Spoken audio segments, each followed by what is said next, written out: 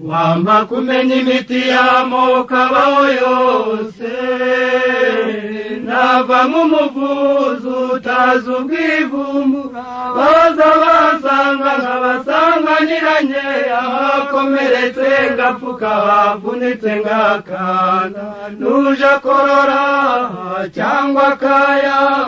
Inganzi idasobanya igeze ubutumwa bwiza ku banyarwanda, gukunda Imana n'abantu, guharanira kurwanya akarengane, ni inkingi eshatu zambona byombi zaranze ubuzima bw'umuhanzi Rugamba Sipiriyani.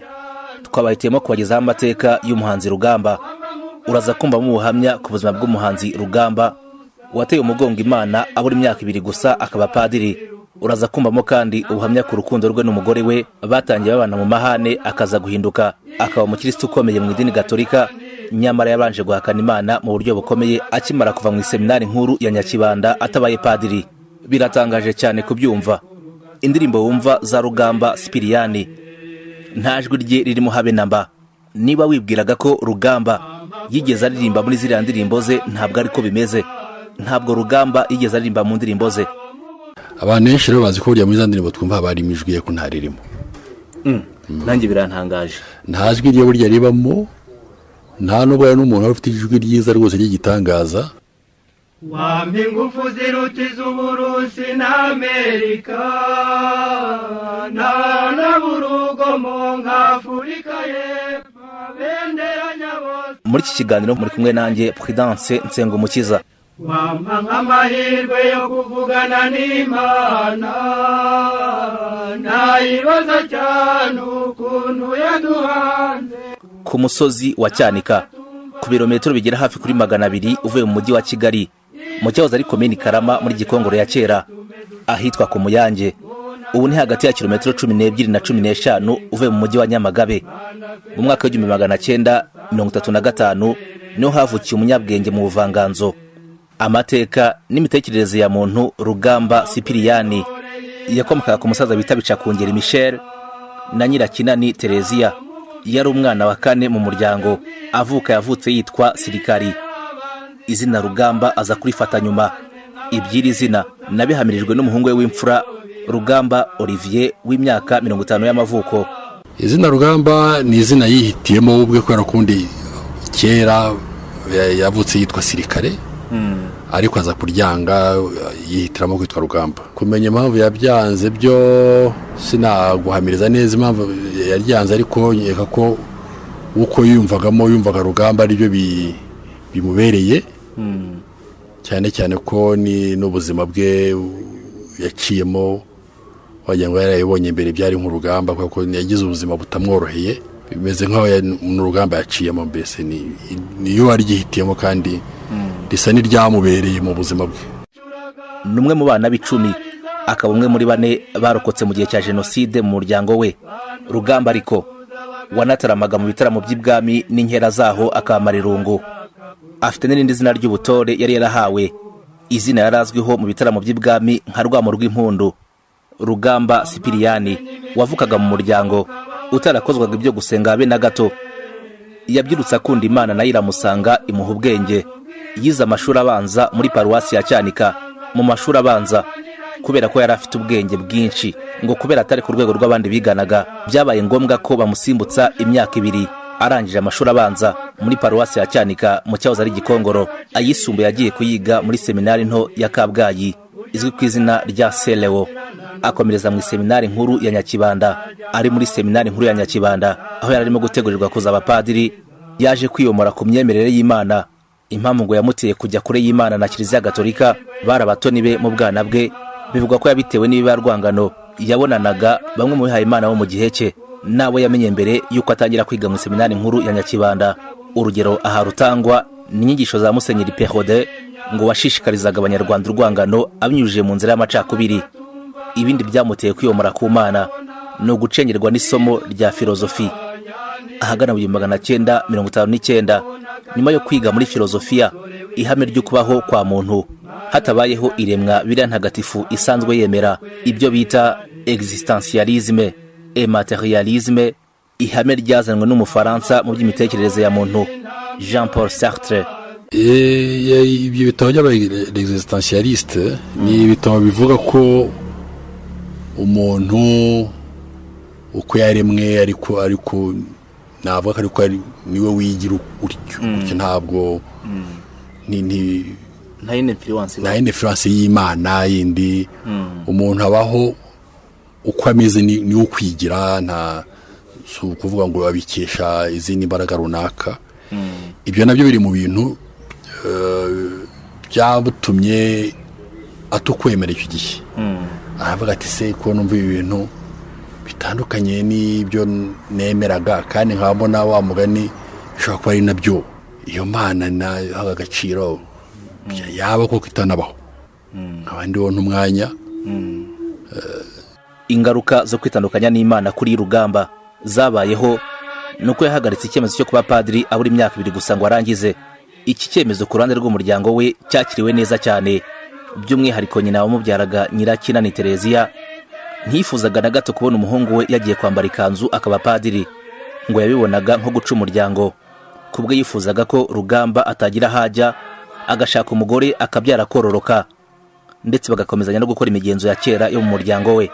Nkuko twebonye haruguru, ntabwo ariko nyina umubyara ari wagize uruhare runini kugira ngo Rugamba ariko kuba padiri ndetse yitandukanye n'Imana, ahubwo hari cyari cyabaye mu buzima bwe. Extentialisme et materialisme. Yahindutse umuhakanyi ruharwa, yateye umugongo Kiriziya, akomeza kwiga amashuri yandi anabivangamo gusiga n'ubuvanganzo. Ubuhanga yamenyekaniyeho cyane ari muri seminari nkuru ya Nyakibanda afashijwe n'Ababiligi. Yagiye kwiga muri kaminuza y'I Bujumbura mu gihugu cy'u Burundi mu bijyanye n'amateka, dore ko mu Rwanda muri ibyo bihebye hatari hakageze icyahoze ari kaminuza nkuru y'u Rwanda yaje gushingwa iruhande kwa Mpandahande h'Ibutare mu 1964 nyuma yo kurangiriza i Bujumbura. Yakomereje amashuri ye mu gihugu cy'Ububirigi muri kaminuza ya Louvain. Aha yavanye impamyabushobozi hanitse mu by'amateka.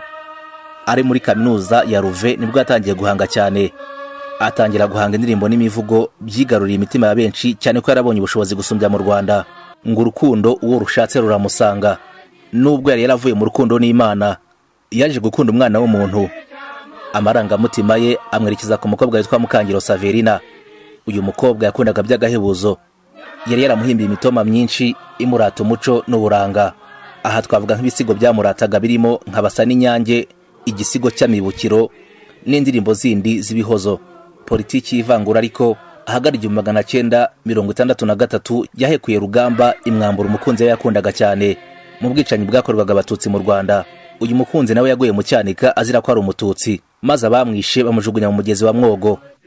Icyo gihe yari afite umukunzi wa Saverina, ariko biza kumubera bibi kubera ko muri 1963 yarishwe mu ishwa ry'abatutsi ryabaye muri icyo gihe. Yitwa ari kuri Noheli ya 1963 icyo gihe bisha abantu benshi cyane babateza bavuye mu misa babaroha mu nzuzi. Nawe rero umukunzi we amaze iminsi bakundanye babanye neza bahanye na gahunda yo kuzarushinga, amubura muri icyo gihe. Ibintu byanagaragaye cyane mu nyandiko ze, yagiye abigarukaho mu bisigo bye, mu bitabo yandika, yakunze kumugarukaho abivuga. Mu bisigo nk'ibihe hari agatabo amibukiro, hari ibisigo byo mu mibukiro, hari ni byinshi.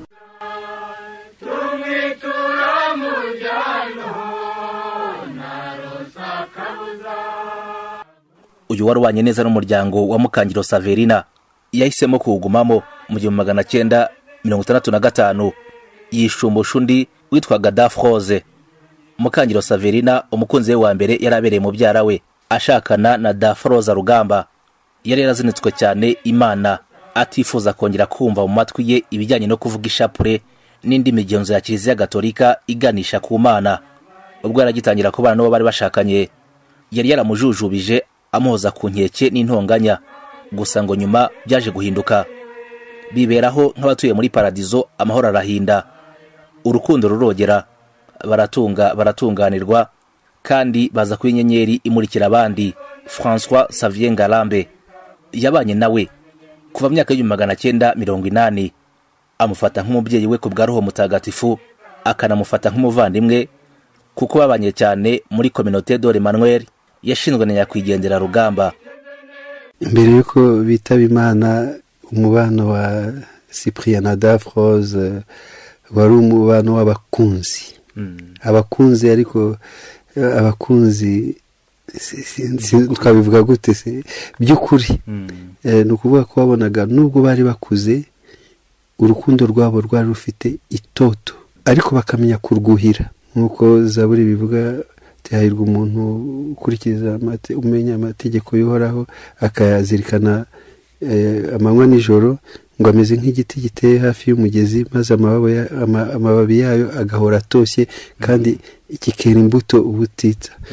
Iwabo rero wabonaga urwo rukundo bavanaga mu isengesho, ari irya buri wese ku giti cye, ari irya couple ry'abashakanye bombi, ari n'akanya bafataga bitaga akanya k'abashakanye, bagasohokana bafatanya agatoki. Ukabona nyine ni igitangaza. Yakunda kurwara igifu, akamumenyera uturyo twabigenewe, akamubera nka manager. Kuko yaramuzi, azi ritme ye. Na Rugamba akamenya umugore we, akamutaka ibisigo, akamuvuga, nyine yamubona hariya agataraka, ku buryo babibonaga batari ibintu ntibisanzwe. Dafroze yari afite umutima w'abana, ku buryo yahoranaga ibyishimo, yahoranaga inseko, wabonaga nta mukushi ku mutima.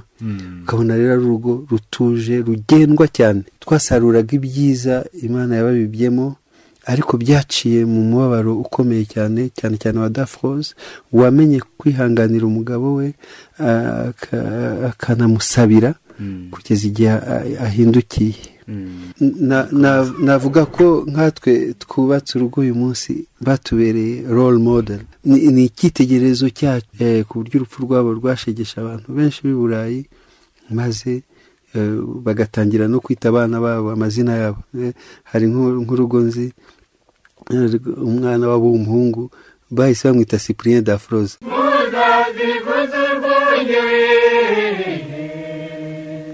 Mumerekeze zinihira niyongezyo hirya kandi nzaramutse amatorero muzimu mihigo nimasha Rugamba n'ingenzi z'icyaga kandi nzanamiza mbabwiwe yuko nsize muvunasambwe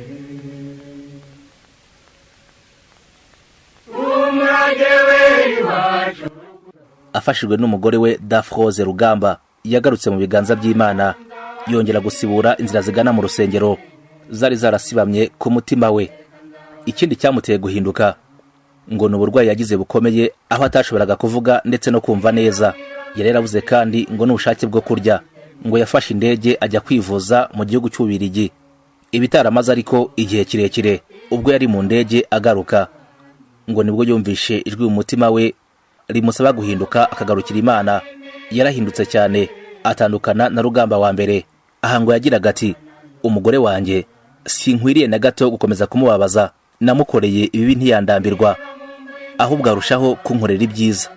Mbere y'uko bamwica, aho ugiye kumva ni mu kiganiro cyihariye yagiranye n'umwe mu banyamakuru b'Abafaransa. Aha yaramubajije atetse Rugamba ko aho zuri umuhakanyi ukaba warongeye kugarukira Imana byatewe n'iki. C'est assez curieux à dire, mais c'était à travers une chanson. Une chanson que je composais moi-même. Je sentais que j'étais en quelque sorte envahi par le Seigneur. Et pour la première fois, depuis que je compose les chansons, je me suis mis à le chanter. Je me suis mis à le reconnaître comme le roi suprême qui devait m'accueillir dans son ciel. Iyi ndirimbo avuga yamuteye guhinduka ni indirimbo yise umurage w'intore. Yavugaga ko ubwo azabatashye avuye mu buzima azita abashize impumu, kandi ko nasoza urugendo rw'ubusaza abasigaye bazavuna sambwe bagasasa imisambi, kandi nawe akagenda akeye. Rugamba akiva mu seminari nkuru yo Nyakibanda bamaze gutukwemera, yataye kwemera ko bena bya bindi bitareba inyuma. Rugamba yari umuntu udakora ikintu igice, yahakanaga pe wakane ko bena bya bindi rwose abona n'umuntu wambaye umusaraba akaba yamwambura ayipfunamo kabiri. Yarahakanye Imana, arayihakana, arayirwanya, yabona n'uyemera ntibavuge rumwe. Yagiye rwose arahakana pe, biza kujyana n'ahantu agira n'uburwayi butanasobanutse neza, akajya babara umutwe, yakumviho umuntu avugiyeho n'iry'imodoka cyangwa akinze urugi nabi, akababara imitsi mu mutwe, akababara cyane. Twamubonaga yicaye ubona ameze rwose nk'umuntu utasobanukiye indwara arwaye. Biza kugeraho rwose muri za 81 na 2 ahimbira Ndirimbo umurage w'intore. Ya Ndirimbo rero wumvise amagambo yayo, ni indirimbo yahimbye asa n'usezera avuga ati igihe nzaba ntakiriho muzitware mutya. Atariko nanjye iryo juru ryarade nk'inyange nyabwo yabasumbye ahora atetsa ntigereje ati ndashaka kuzaryinjira mu mpamiriza. Kuva cyagiye yari yarahakanye yimye indirimbo nyinshi. Umurage w'intore niyo ndirimbo ya mbere yahimbye avuga ijuru. Ubwo baravuze ijambo ijuru, bwa burwayi bwe bwatumye yabasha kwitekerezaho. Arongera areba inzira yaciyemo, areba yahageze, abona ko ashobora kuba ari Imana koko yirengagije. Ahimba umurage w'intore, uryo irimo amagambo akomeye cyane, ni imwe mu ndirimbo zigitangaza cyane. Avuga ati iryo juru nzaryinjira mu mpamiriza. Nibwo no yatangiye guhimba indirimbo zisingiza Imana. Arano yarahindukira kwa kundi yapingaga Imana, kwa kundi yayihakanaga. Noneho hahindukira undi. Mu rugo turatangira turasembo, twasigaga na mama yina, ariko we akabigira iruhande, aratangira aradufasha, akaduherekeza mu misa. Abundi wundi ukamureba ukagira ngo si wundi waruzi.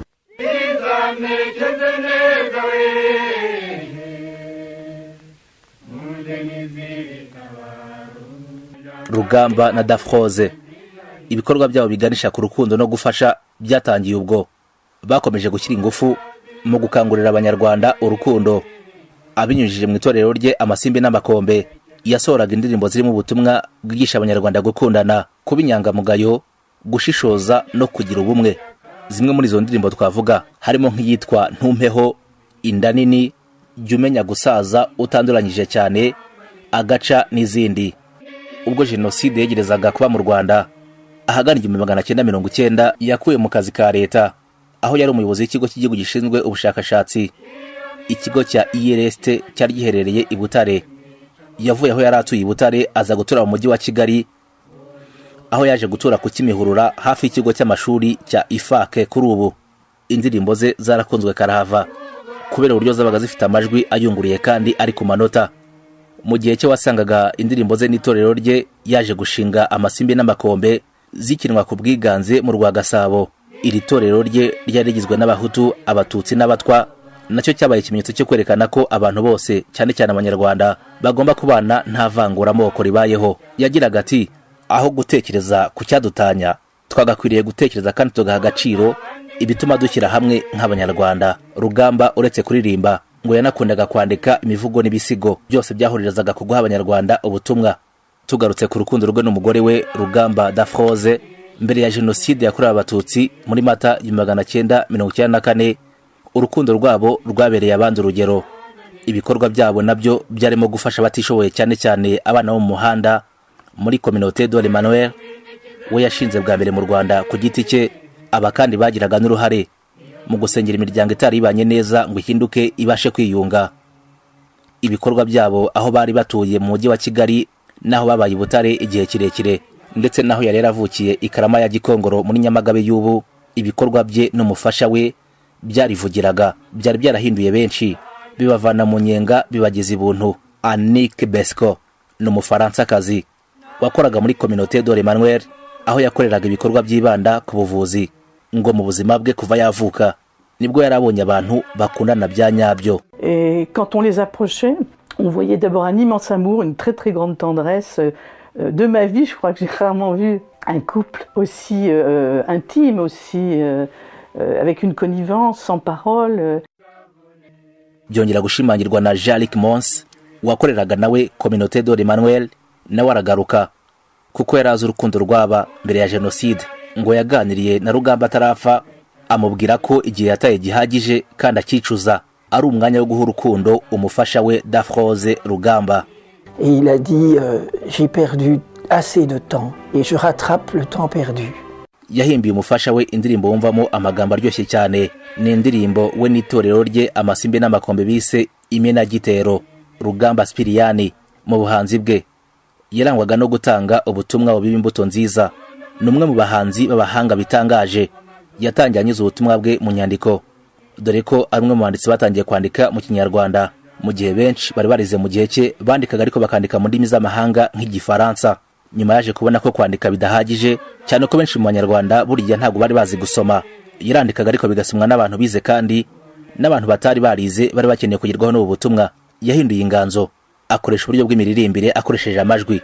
Ngarambe François Xavier yabanye na Rugamba ubwo yarakigera mu mujyi wa Kigali. D'abord Rugamba yarafite n'umuhanuzi. Guhanura si ukuvuga ibizaba gusa, kuko yarafite n'uburyo icyo gihe twavuga ko ari umuntu werekwa hari, ariko hari ibintu koko yaririmbaga ukabona byaba nyuma y'igihe birabaye. Ubwo ni uburyo bwo guhanura. Njya mbireba rimwe na rimwe igihe nk'amasimbi n'amakombe abyina, nkashobora kubona ko nshobora kwidagadura. Icyo kintu cya Rugamba cyo kuba umudiho, imiririmbire, ubutumwa byose akabihuza ni igitangaza cyane. Mbona ari aho hantu hakomeye. Ndibuka Rugamba mwabaga mwicaranye muganira, mu kanya gatoya ukabona bavuyemo yihuta nk'umuntu kubwe, ukabona aje kugaruka nyuma y'iminota. Niki cyabaga cyamufashe? Indirimbo yabagije. Hari n'igihe yabaga ari no mu modoka agenda akabwira umushoferi ngo ahagarike imodoka. Icyo gihe agahaguruka agasohoka na registre akagenda akabifata akagaruka. kandi nzananiza mbabwiwe yuko nsize muvunasambwe umurage we iwacu urukundo rukwiye abavandimwe namwe abakuru mururata bato Rugamba wakunze ukunda mu ndirimbo zitandukanye. Icyo wagomba kumenya ku ndirimbo ze nuko nta jwi rye ririmo. Nubwo indirimbo ze zakunzwe n'ubu zigikundwa cyane n'abantu batari bake, ntabwo yigeze na rimwe aririmba n'ijwi rye. Ni ukuvuga ko ririya jwumva ry'umugabo mu ndirimbo zitandukanye ze ntabwo ari ijwi rye. Ibi nanjye byarantangaje mbanza kutabyemera, gusa naje kuva ku izima kugira ngo mve ku izima, ariko ntabwo byari byoroshye. Yarahimbaga agatoza abaririmbye. Abantu benshi rero bazi ko burya muri za ndirimbo twumva barimo ijwi ye ko ntaririmo. Nanjye birantangaje. Nta jwi rye burya ribamo, nta nubwo ari n'umuntu ufite ijwi ryiza rwose ry'igitangaza, ahubwo impano ye yagororaga iryawe. Ahubwo ati zamura manura ukomeza aho. Yari afite ijwi rwose risanzwe nk'iryanjye n'iryawe n'iryundi wese, ariko ntabwo yari umuntu wavuga ngo afite ijwi nk'igitangaza nk'uko twumva basesire Kayirabwa cyangwa amasamba afite amajwi meza. Oya, cyangwa bamuyango n'abandi. Yari umuntu rwose ahubwo ugufasha kugorora iryawe. Burya no muri za ndirimbo wumva nta nimwe n'imijwi rye. Ririya jwi numva ry'umugabo ryiza cyane. Barimo n'abagabo rwose yatozaga. Bibikwerere bari aho rwose yatozaga, arimo abagabo bakuze bafite amajwi meza akabatoza, ariko burya nta rye ririmo. Nta jwi rye ribamo burya, ni ahubwo yari umutoza akamenya nyine kubwira umukobwa ati ijwi rizamura urigeza, ugabwira umugabo ati ndashaka kumva iryo mu gatuza rirangira, akabatoza. Ariko burya bajya muri studio gufata nyine indirimbo, ariko akajya ku ruhande ko yabagaze ko yarangije kubatoza. Nta jwi rye burya ribamo. Mu bihangano twumva ngewe mubona muri za 1989 yatozaga abantu kuririmba, ariko we ntaririmbemwo ku buryo bwumvikana. Akamenya kugorora ijwi, akamenya kurikosora. Ikintu kitagenze neza ntabwo yakihanganiraga. Ndibuka yadutozaga, kuko nanjye namaze igihe muri chorale yaje kwitwa Rugamba bamaze gupfa. Yayitangiye muri za 1993. Indirimbo ze buriya zisaba umwuka udasanzwe. Kuko kenshi natubwiraga uko ziririmbwa ntabwo uhagarika. N'igihe umwe ahagaraye undi arakomeza, ku buryo indirimbo isa nkaho idahagarika tuvuge turangije kuvuge niba agira ikibakanga we muzabona ibibagora ntabwo ari ntiyagira ikibakanga we muzabona ibibagora oya ngo ntahagaritse ariko kubera ko udashobora gufata indirimbo yose ngo uririmbe udahumetse ubwo nyine wowe igihe uruhuka isegonda undi arakomeza nawe igihe aruhuka undi arakomeza ku buryo utumva ko indirimbo yagabanutse yari style ye byageraga ahantu tuvuge ntiyagira ikibakanga we umuntu agakora ngo umwuka oya yarigishaga yijwe akarizana akaritwigisha tukariririmba nko kuririmba yarabizi nubwo kubera indwara yigeze kugira y'imitsi ijwi rye ryarahungabanye ariko igihe atoza akamenya kubashyira ku murongo niba hashize iminsi myinshi mbavuye ngiye muzafata umuheto mufata ingabo y'icondo n'icumu ry'injunga ngo amatage ni amatindi atandukanya abakundana agatwara abeza ngo uhongera umwanzi kandi amara inka mu nzu kandi ngo indi kwanga uyiha amata ikaruka amaraso mu gitondo cya tariki ya 6 Mata 1994 nyuma yo kugwa kw'indege Habyarimana Juvenal interahamwe n'abasirikari ba Exfar barangije ingohe ibikorwa bye n'ubwere dore ko yiberagaho ntabahutaje bagaba igitero cyo kumurimbura n'umuryango we w'abana 10 abasirikare barashe amasasu menshi aho bari basanzwe batuye ndetse ngo wari hafi yaho uyu muryango wari utuye ku Kimihurura yari kugira ngo habaye urugamba rukomeye bamaze kurasa mu nzu barabasohoye babicaza hanze mu busitani bw'inzu bari batuyemo n'umwana wabo muto wari ufite imyaka 4 barabarasa muri icyo gitondo 3:30 urugendo rw'ubuzima ku isi rwarangiriye aho urugamba ratuye ku Kimihurura ari ya hafi ya ifake ku Kimihurura habaga ikigo cya gisirikare aho twitaga abajepe n'ubwo icyo kigo menya kigihari indege iguye Habyarimana iguye muri rya joro kwa 6 Mata barya abantu nyine muri bombajepe none akarusho nuko bagosora yaratuye ku muhanda ruguru iwacu hagati yacu no kwa bagosora harimo nka metero 30 urumva uturanye na kanjepe utayina bagosora bari bafite rero amaliste yarasanzwe yarakozwe abantu bari batuye nyine hafi aho ngaho harimo barando harimo banzamurambaho harimo ba Feliciani wo muri PSD ryende nirihe ngango Feliciani n'abandi benshi bashaka Kimihurura ubwo we Rugamba kubera kwemera kwe cyane yari yarana sajye mu Kiriziya mu Sacramento mu rugo yafite kashapere none icyo gihe rero yamaze kumenya ko Habyarimana yapfuye aravuga we kuri yahise yumva ko birangiye igikurikira atari kiza ararase muri ya chapelle yasenga nabo bari kumwe abana be bari kumwe ugiye nari Butare nde na Dorso nkurikira mushiki yanjye udukikira wa 3 yiga muri Kongo ko baramwe mu ishuri mu Rwanda none mu gitondo mu masa 3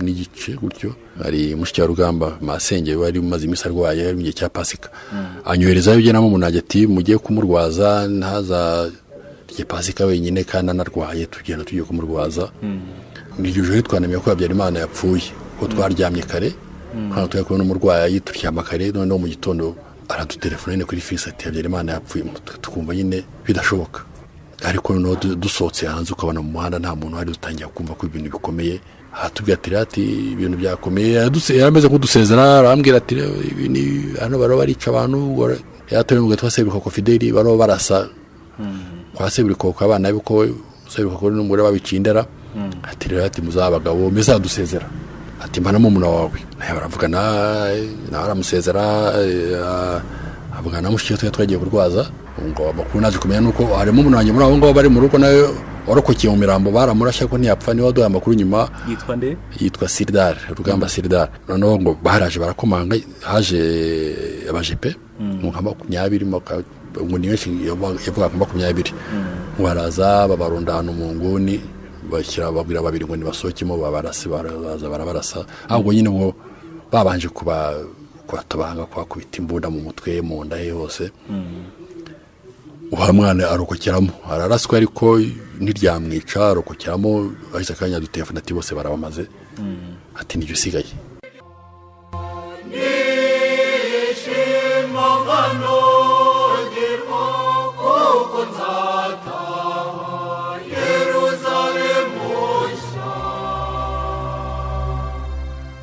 Sirdale wari warokotse yasanze bakuru be Dorcy na Olivier Rugamba i Bujumbura mbere yuko interahamwe n'abasirikare ba Exfar baza kumwica ngo yari afite ibiciro ku mutima yuko mu Rwanda hagiye kuba ikintu kitari cyiza. Rugamba n'umuryango we bari baramenye kera na kare ko bari ku rutonde rw'abazicwa mu gihe cya Jenoside. Yari afite kandi inshuti nyinshi hanze y'u Rwanda, aho yari yarize mu gihugu cy'Ububiligi no mu gihugu cy'Ubufaransa yakunze gutemberera. Ariko se nihe mpamvu Rugamba yamuteye kudahunga igihugu cy'u Rwanda mu gihe yabonaga yuko mu Rwanda hategurwa amahano yaje kubyara Jenoside yakorewe Abatutsi muri Mata 1994? Abo babanye benshi nabo bakoranye bigeze kubimusaba barabihakana, bakavuga ati se yakona no kuyivuga ati byaba ari nk'ubugwari yumva ari nk'uburyo bwo gutererana abandi. Niba yarabonaga ibibi bikorwa akabishyira ku mugaragaro akabivuga ati ni mwihane ibisibyo akaba ari wa mbere wo gukora make karenge uyumvaga ari nk'umushumba wabutaye intama ze avuga ati nabamaze iki noneho kwirirwa ntabariza abantu nahize nkabarige mba kigenda. Ari umuzungu yabibwiye rwose n'umuzungu nigenze kuza kubidusubiramo ejo yaje kunsura iminsi yashize ambwira ukuntu yakoze ibishoboka byose ngo amujyane uko yabonaga ko niyagira ikiba atazasigara. Ambwira ati ubuse n'abandi muntu ki. Urupfu rwe rwababaje abantu benshi ku isi kugira ni Roma kwa Papa Paulo wa kabiri wari umaze imyaka 4 aje mu Rwanda, nyuma akaza kubikirwa inkuru y'urupfu rw'uyu muryango. Yafataga nk'inkingi ya Kiriziya mu Rwanda, yitabye Imana. Yaramaze gushinga umuryango wita ku barwayi ndetse n'abatishoboye. N'umuryango yashinze afatanije na ONG y'abihaye Imana mu gihugu cy'Ubufaransa yitwa Fidesco. Hari mu 1990 ubwo yazanaga uyu muryango, yarabaye umuntu wa mbere ugejeje mu Rwanda. Intego yari uguha urukundo abana batagira kivurira ndetse n'abarwayi batagira kirwaza. Uyu muryango n'ubu uracyabaho. Mbere yuko yitaba Imana ngo yabasabye ko batazatatira umurongo yabahaye. Yagize ati ntimuzigire na gato mugendera mu ndorerwamo y'ubuhutu, ubututsi n'ubutwa. Ntimuzigire mujya kandi mu mashyaka kuko bizabafasha kuba urumuri kuri bose. Ngo yarangwaga n'umutima udahutaza kabone n'ubwo yabaga bangamiwe. Ikindi rero ni indoro y'impuhwe ku bantu cyane cyane b'abanyabyaha. Ariko hari igihe kimwe abantu hari habaye imyigaragambyo ya sederi baza gufunga amayira. Hari ahantu rero bagomba kujya gukora ubutumwa na Dafrose, bagomba kuba gukimura bagera ku Kacyiru kugira ngo bajye hari abashakanye bari bahahuriye bagiye kubigisha. Noneho baratinda, abavandimwe ba community bamwe bari bahageze babona Cyprien na Dafrose batinze. Se ibintu nibiki, baramuhamagara ati ko mwabuze nibiki. Eterega babana b'Imana basederi bafunze bafunza amayira. Abana b'Imana koje bati mburagasani za sederi zatubujije amahwemo.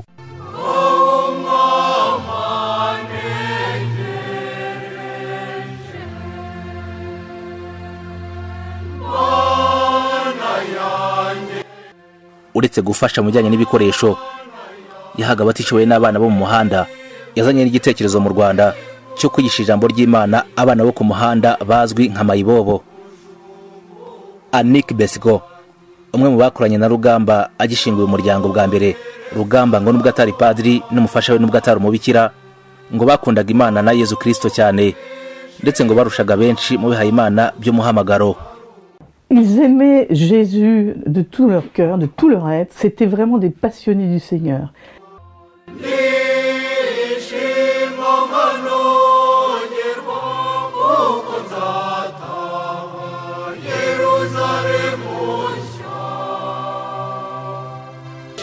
Rugamba Sipiriyani wahimbye indirimbo nyinshi zisingiza Imana muri Kiriziya Gatolika, anashinga umuryango yise Communauté de l'Emmanuel, umuryango waje no gukwira mu gihugu cyose n'ubukaba ugihari. Mu mwaka wa 2014 yasabiwe n'uyu muryango n'abandi bantu batandukanye gushyirwa mu bahire ba Kiriziya. Ubusabe n'ubu bukigwaho. Ese ubusabe bwo kujya mu bahire ba Kiriziya we n'umugore we Dafroze Rugamba basabiwe bwa bugeze he? Ngarambe François Xavier ni uhagarariye Communauté de l'Emmanuel mu Rwanda, numwe kandi mu musabira kujya mu bahire ba Kiriziya Gatolika, abazwi mu gifaransa nka postulateur. N'umurimo afatanya n'abandi bantu batandukanye ku isi barimo umuhorando ukuriye Vardel Hrigelmane ndetse n'abandi batandukanye. Umutagatifu ni umuntu ugaragaza igikorwa Imana imukoreramo, ntabwo ari we tureba, ahubwo ni Imana muri we. Ubwo rero turabati babishyize ahagaragara n'abandi bose bakamenya, no ku isi yose, uretse ko no ku isi yose bari barabimenye kubera ko bari baragiye kwamamaza inkuru nziza i Burayi kenshi. Ariko navuga ko no muri 1990 Papa Yohani Paulo wa kabiri yaje ino. Noneho abanyabwenge cyangwa se abantu bize bo mu Rwanda baza guhura nawe, baza kumukorera discours bamubwira ko babona ko hari ikintu kimeze nk'akarengane, kubona mu bihugu byacu nta mutagatifu nta muntu urashyirwa mu rwego rw'abatagatifu. Rero ati kugira ngo mubone abatagatifu ni mupfukame. Ati ndetse mfite icyifuzo gikomeye ku mutima wanjye, nifuzaga gushyira mu rwego rw'abahire n'abatagatifu urugo rw'abashakanye bombi. Ubutagatifu buri mu ngo zanyu, buri mu gushyingirwa kwanyu, buri mu bashakanye banyu. Ati ndetse ndifuza ko abo bantu bashakanye bazashyirwa mu batagatifu bazava mu Rwanda. Bari aho ngaho muri 1990 mu ntangiriro z'ukwa 1990. Abantu benshi bari bazi inzira baciyemo, batangira kubati buriya ntibazaba Rugamba. Ubwo urumva rero bibaye abantu baravuze imenya biciye mu nzira ikomeye yo kwicwa, ariko ni kenshi intwari nyine bayireba uko yabayeho kugeza ku munota wa nyuma. Rugamba Sipiriyani yasize aririmbye indirimbo zirenga 400 zikoreshwa muri Kiriziya Gatolika mu gihe cy'umuhango wo guhimbaza Imana. Igikorwa cyo kumushyira mu bahire ba Kiriziya Gatolika n'umugore we, urwego rubanziriza ubutagatifu kirakomeje. Hashyizweho urukiko rushinzwe iperereza kuri we n'umugore we, aho rwakira ubuhamya bw'abatangabuhamya. Ibi bateganya ko bizarangira mwaka wa 2018, nibimara gusozwa bikazajyanwa i Roma bakabikoraho isuzuma. Basanga bifite ishingiro bakamushyira mu cyiciro cy'abantu bita venerable cyangwa abanyekuzo muri Kiriziya Gatolika. Ikizakurikiraho ngo ntihaboneke ikimenyetso cyakozwe ku isengesho, abantu bakoze babisunga bari mu byago bakaza kubona igisubizo cyiza, urugero nko gukira kw'abarwayi kwa zimwe mu ndwara zidakira, kandi bikemezwa n'abaganga b'inzobere. Bazahita babashyira mu bahire ba Kiriziya. Ubu yibukwa nk'umuntu wateje imbere ubuvanganzo mu Rwanda. Yanagize uruhare runini mu gusigasira amateka y'umuco nyarwanda. Mu nzu ndangamurage iri Butare yaranzwe no kwigisha abantu kuba inyangamugayo, gushishoza no kugira ubumwe hagati yabo.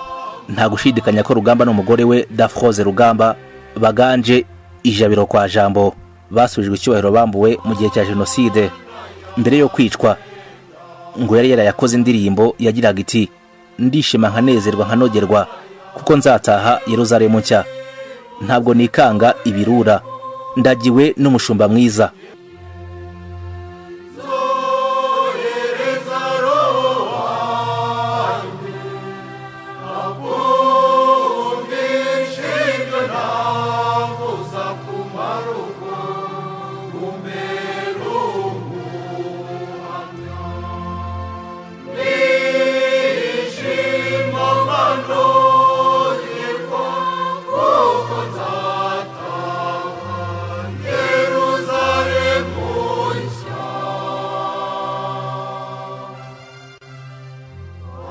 Ese mbere yuko dusoza, ntabwo ufite amatsiko wibaza niba hari abana be bamukurikije mu buhanzi?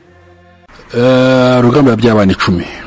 Abana 10 bamwicanye no bashakanye n'abana 6. Muri abo 6 bishe hari abatari bakigaragaje ngo umuntu amenye niba ari inganzo bafite, ariko harimo umwe wishe afite imyaka 20 aramaze guhimba indirimbo zigeze kuri 5 muri bane dusigaye. Hari umurikira witwa Dorsi, ubona ko afite impano yo kwandika no gusiga. Biragaragara kuko hari ibyo amaze gushyira hanze kandi ubona ko bifite ireme, ubona ko bifite aho bituruka, ubona ko bifite aho yabikuye. Abo barahari. Ngo nyine abo nkurikira bo biragaragara yarananditse, afite ibisigo bihari n'imikino n'amateatro menshi kinwa ku isi yose. Ibyo biragaragara. Ubundi navuga no bishe kindi burya ibintu by'amaraso nabyo bifite ukuntu bitazima.